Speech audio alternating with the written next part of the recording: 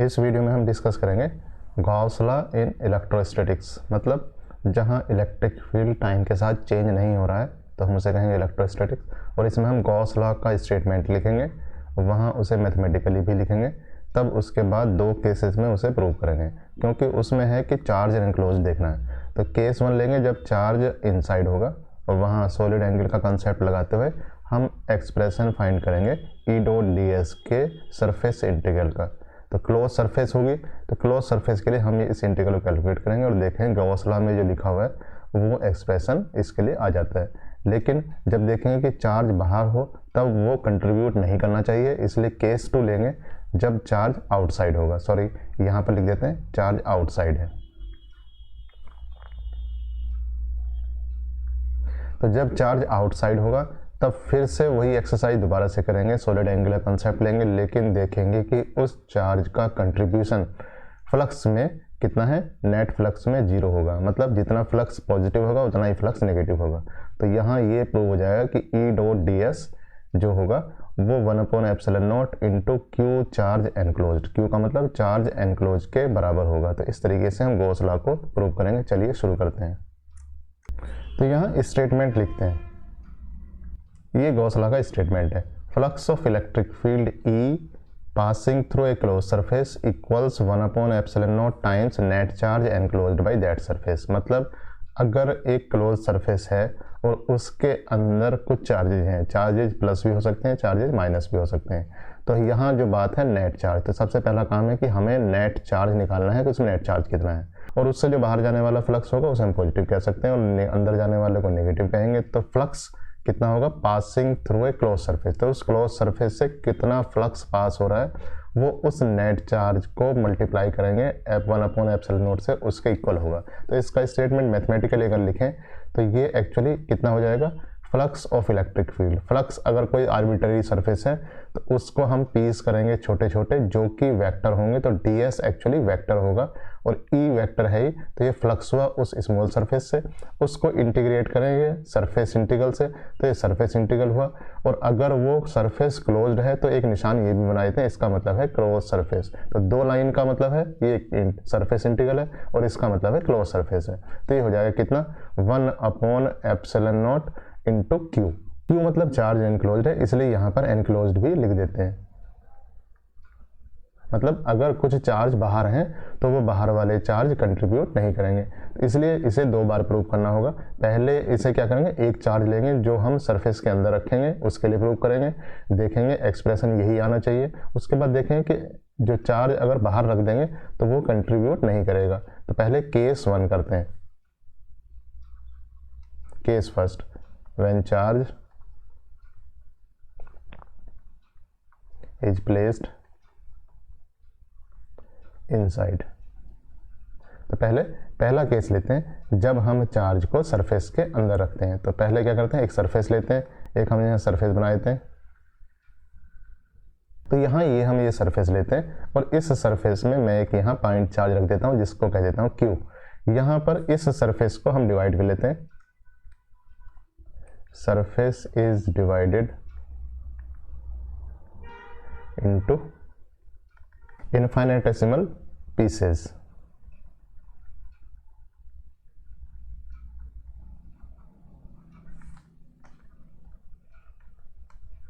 और उनमें से एक पीस हमारा आर डिस्टेंस पे है।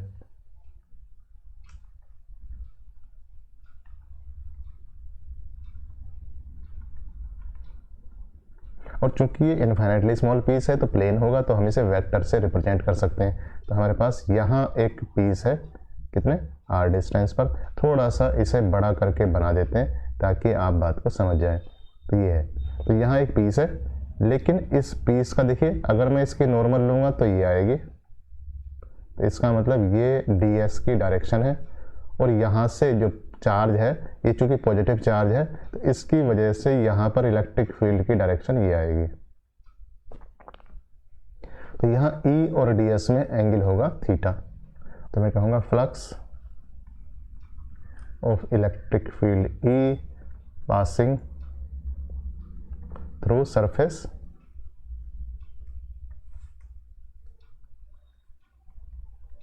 ds कितना हो जाएगा, इक्वल टू हो जाएगा ई डॉट डी एस।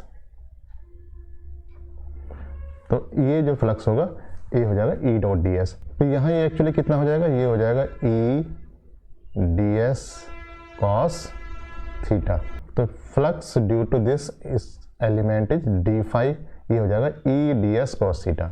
अगर ये डिस्टेंस यहाँ पर आर है तो ई की वैल्यू हो जाएगी, जो इलेक्ट्रिक फील्ड होगा वो होगा 1/4 pi epsilon naught Q over R square.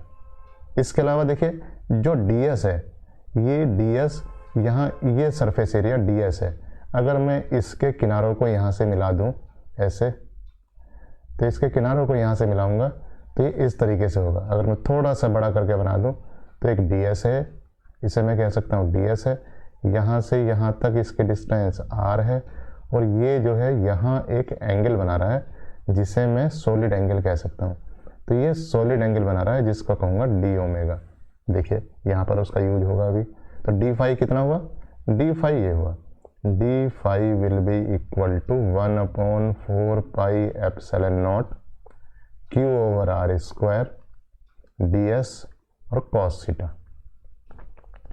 तो इसे दोबारा से लिख लेते हैं, ये हो गया Q/4 pi epsilon naught D S cos theta upon R square. अब देखिए ये D S cos theta upon R square actually क्या है, ये सॉलिड एंगल है।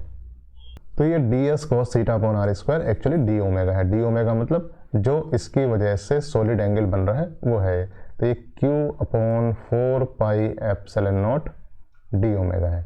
ये ठीक उसी तरीके से है जैसे यहाँ पर आर्क एक एंगल बना रही थी थीटा, इसी तरीके से कोई भी एरिया यहाँ पर एंगल कितना बना रहा है, ये सॉलिड एंगल बना रहा है। अगर हम कहें कि ये आर्क पूरी कंप्लीट हो जाए तो थीटा की जो टोटल वैल्यू हो जाएगी वो हो जाती है 2 पाई।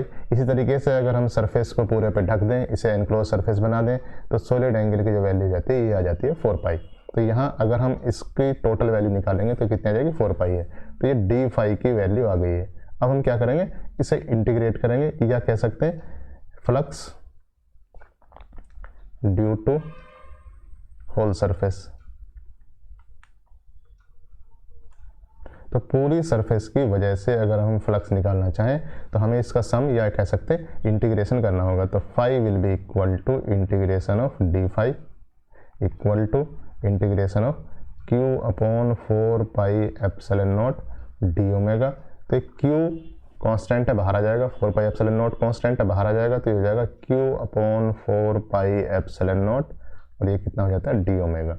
डी ओमेगा का टोटल इंटीग्रेशन है, ये फुल सरफेस है, तो इसकी वैल्यू हो जाएगी कितनी, ये 4 पाई। तो इसे रख देते हैं यहाँ पर, तो हो जाता है Q/4 पाई एप्सिलॉन नॉट कितना, 4 पाई। अब यहाँ देखिए 4 पाई से 4 पाई कैंसिल हो जाता है, तो ये वैल्यू जाती है Q/एप्सिलॉन नॉट, या कह सकते हैं ये फ्लक्स फाई। तो फ्लक्स फाई ये डी फाई को इंटीग्रेट करके इसे हम इस ढंग से भी लिख सकते हैं। तो हम इसे ऐसे भी कह सकते हैं कि E डॉट डी एस जो हमारे पास था उसका इंटीग्रल का सरफेस इंटीग्रल का मतलब डबल निशान, और चूंकि पूरी सरफेस पे लिया हुआ तो इस ढंग से हम इसे कह सकते हैं। और ये हो जाएगा कितना, 1/एप्सिलॉन नॉट इंटू क्यू, जो कि चार्ज अंदर था। अब अगर हम कहें कि जो सरफेस है उसमें एक से ज़्यादा चार्ज है, if there are number of charges Q1 Q2 Q3, तो ऐसी बहुत सारी इक्वेशंस बन जाएंगी। तो अगर Q1 Q2 Q3 बहुत सारी इक्वेशंस होंगी तो ये इस तरीके से हम कह सकते हैं। तो इन सब चार्ज की वजह से वहाँ पर इलेक्ट्रिक फील्ड उन इंडिविजुअल इलेक्ट्रिक फील्ड का वेक्टर सम होगा। तो हम इसे ऐसे कह सकते हैं कि E will be equal to E1 plus E2 plus E3 plus dot dot, इस तरीके से कह सकते हैं। या कह सकते हैं अगर मैं फ्लक्स निकाल रहा हूँ, अगर मैं ऐसे कह रहा हूँ E डॉट डी एस, ये इक्वल टू हो जाएगा E1 dot D S plus E2 dot D S, ये हो जाएगा plus E3 dot D S, और इन सब का मैं सरफेस इंटीग्रल करूँ तो ये इस तरीके से आ जाएगा कि surface integral of E dot D S will be equal to surface integral of E1 dot ds plus surface integral of E2 dot ds plus surface integral of E3 dot ds। और इसी तरीके से बाकी सबका surface integral यहाँ पर ले सकते हैं। तो यहाँ क्या हो जाएगा, अगर मैंने एक चार्ज रखा था उसकी वजह से इलेक्ट्रिक फील्ड E1 था तो उसका सरफेस इंटीग्रल वो चार्ज अपॉन एप्सिलॉन नॉट हो जाएगा। यहाँ पर दूसरा चार्ज था तो इसका इंटीग्रल हो जाएगा Q2 अपॉन एप्सिलॉन नॉट, यहाँ हो जाएगा Q3 upon epsilon not, plus इस तरीके से ही होगा। तो इसे मैं ऐसे कह सकता हूँ 1 upon epsilon naught sum of QI, जहाँ I equal to 1 to n या 1 to जितने भी चार्ज आपके रखे होंगे, और ये क्या हुआ, सरफेस इंटीग्रल हुआ E डॉट ds। तो इस तरीके से ये गॉस लॉ का स्टेटमेंट आ जाता है। ये जब भी हम चार्ज ले रहे हैं, अभी हम सारे चार्ज अंदर ही ले रहे हैं, हमें सिर्फ एक चीज़ और प्रूव करनी है कि जो बाहर वाला चार्ज अगर कोई है तो वो चार्ज इसमें यहाँ कंट्रीब्यूट नहीं करेगा। तो हम एक दूसरा काम करते हैं कि एक चार्ज को बाहर लेते हैं और देखते हैं कि उसकी वैल्यू 0 आनी चाहिए। तो देखते हैं केस 2, व्हेन चार्ज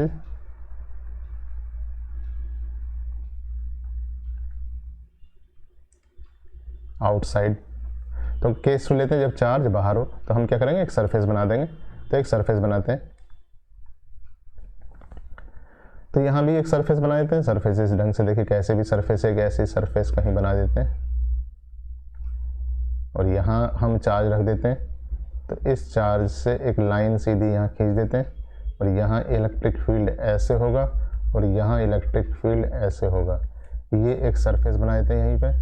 तो इस सरफेस का नॉर्मल देखिए ऐसी होगी और इस सरफेस की यहाँ सरफेस बनाते हैं तो इस सरफेस की नॉर्मल ऐसे होगी।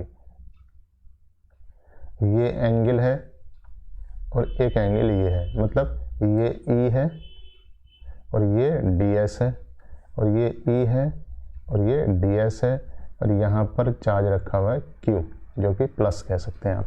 अब देखिए यहाँ पर इलेक्ट्रिक फील्ड को कहते हैं हम E1, यहाँ पर इलेक्ट्रिक फील्ड को कहते हैं E2, इस सरफेस को कहते हैं ds1, इस सरफेस को कहते हैं ds2, ये एंगल जो बना रहा है उसे कहते हैं θ1 और ये एंगल बना रहा है उसे कहते हैं θ2। तो ये चार्ज आउटसाइड है, व्हेन चार्ज इज आउटसाइड, तो E1 and ds1 are eight angle कितना, θ1, और θ1 जो एंगल है ये एक्चुअली ऑब्ट्यूज एंगल है, और θ2 E2 and ds2 are eight angle कितना, θ2, जो कि एक्यूट है। इसका मतलब क्या हुआ, यहाँ जो फ्लक्स आएगा वो एक्चुअली निगेटिव आएगा, मतलब तो इसमें यहाँ पर इस चार्ज की वजह से इस सरफेस पर फ्लक्स, तो हम कह सकते हैं flux at ds1 due to charge Q। अभी हमने पीछे फ्लक्स की कैलकुलेशन की थी, तो फ्लक्स की कैलकुलेशन ये सॉलिड एंगल के टर्म्स में आ गई थी। तो हम इसे ऐसे कह सकते हैं कि यहाँ जो ds1 सरफेस है, ये ds1, ये इस तरीके से हम इसे कह सकते हैं। तो जो सरफेस हमने ली हुई है ये एक ही सॉलिड एंगल बना रही है और ये सॉलिड एंगल है d ओमेगा। तो flux at ds1 due to charge Q, ये कितना हो जाएगा, ये हो जाएगा equal to Q upon 4 pi epsilon naught, और ये ds cos थीटा था, जहाँ cos थीटा की वैल्यू माइनस थी, तो यहाँ ये माइनस आ गया है और ये हो गया d ओमेगा। फिर हम कहेंगे flux at ds2 due to charge Q, ये कितना हो जाएगा, ये हो जाएगा actually plus, equal to Q upon 4 pi epsilon naught d omega. तो हम कह सकते हैं नेट फ्लक्स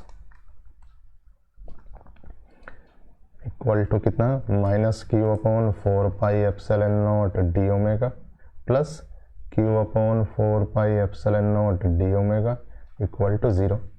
तो अगर इस सॉलिड एंगल से कितना नेट फ्लक्स कितना है, 0 है। इसका मतलब यहाँ जितना फ्लक्स अंदर जा रहा है उतना ही फ्लक्स यहाँ पर बाहर आ रहा है।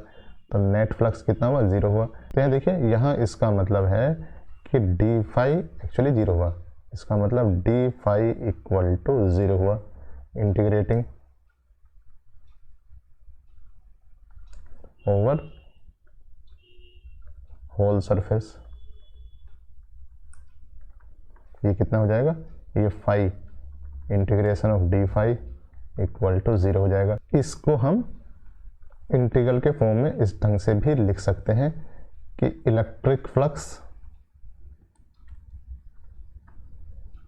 इसका surface integral over close surface equal to 0 if charge is outside. तो अगर चार्ज हमारा बाहर है तो उसकी वजह से कंट्रीब्यूशन कितना आ जाएगा, ये कंट्रीब्यूशन 0 आ जाएगा। इसलिए गॉस लॉ को फिर से लिखते हैं, ये इक्वेशन और पिछली वाली इक्वेशन को कंबाइन करने के बाद लिखते हैं। ये थी जब इक्वेशन चार्ज इनसाइड है, और ये क्या थी, ये थी हमारी जब चार्ज आउटसाइड है। तो इसको एक साथ मिला के लिखेंगे तो ये लॉ कुछ इस ढंग से बन जाएगा कि integration surface integral over closed surface E dot D S equal to 1/ε0। अब चार्ज इनसाइड है तो कंट्रीब्यूट करेगा, चार्ज आउटसाइड है तो कंट्रीब्यूट नहीं करेगा, तब यहाँ लिख देंगे नेट चार्ज एनक्लोज्ड। तो क्यू क्या है, एनक्लोज्ड लिख देंगे यहाँ पर। तो इस तरीके से हम देखते हैं कि हमारा जो गॉस लॉ का स्टेटमेंट था वो प्रूव हो जाता है। तो जो चार्ज अंदर होगा, चाहे वो डिस्क्रीट हो चाहे कंटिन्यूस हो, वही उसमें कंट्रीब्यूट करेगा। उस सरफेस के बाहर जो चार्ज होगा वो कंट्रीब्यूट नहीं करेगा। और इसका मतलब है कि सरफेस क्लोज्ड ही होनी चाहिए। अगर सरफेस क्लोज नहीं है तब ये गॉस लॉ अप्लाई नहीं कर सकते। Thank you.